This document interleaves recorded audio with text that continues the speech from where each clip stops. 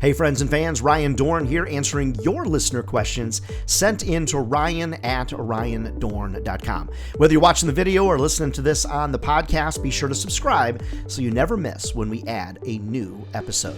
All right, next listener question comes from Peter, and Peter, thanks for your question. All right, hi Ryan, I do sometimes wonder if we as salespeople might be crazy. Point in case, a client approached me to purchase an ad. I followed up in person with an in-person visit, taking the required time, requested the ad material. I had to leave it as she was really busy. I followed up a couple of days later with a phone call. She wasn't available. Another follow-up by email, no response. Further follow-up by Facebook, again, no response. And so, Peter, this is a good question. It happens on a pretty regular basis. A lot of times it's just about timing.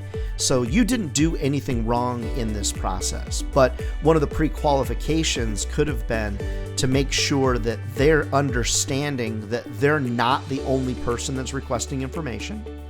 A lot of times in giving people information, you have to drive FOMO, that fear of missing out, helping them realize that others are advertising and that it's important for them to advertise.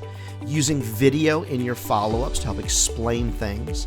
If all you gave them was pricing without an understanding that maybe you'll do their ad for free, if you did not do a spec ad for them, they might have been stymied or stopped by, oh my gosh, what am I going to put in my ad? There's all kinds of different things in play. I don't necessarily know that you did anything wrong. You were responding to the client's needs. What I would suggest to you is you're taking your game. Let's just say that you feel your sales game is at an 8. Okay, well, let's up it. Let's take it to a 10. So when someone asks me for information, I don't just give them information. I need to qualify that person a little bit. Who are some of your competitors? What's your budget? What are you trying to do in the market? I need to send you the right information. If you could answer just these few questions for me, I could get you the information, that you need. Now, one of the things I just mentioned that I think is important, especially for those of you that are friends and fans in the media business, is spec ads really will drive the conversation forward faster. And that's coming up with ad design ideas, whether it's print, it's digital, it's social. A lot of times people don't buy an ad because they are like, oh gosh, I don't have the time to deal with the creative side of things.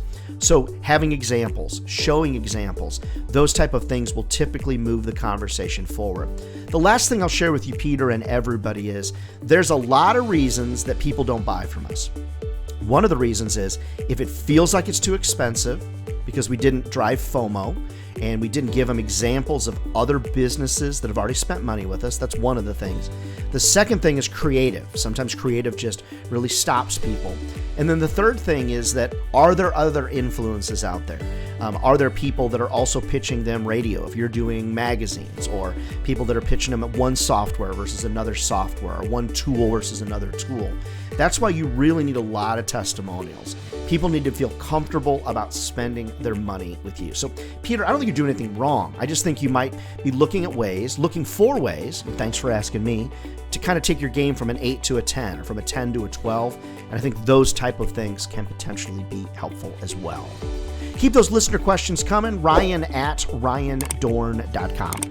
Don't forget, friends, if sales was easy, everybody would be doing it. And they're not. We're not crazy. This is a great job. It will feed your family for a lifetime. All right, stick around, stay close. More tips straight ahead.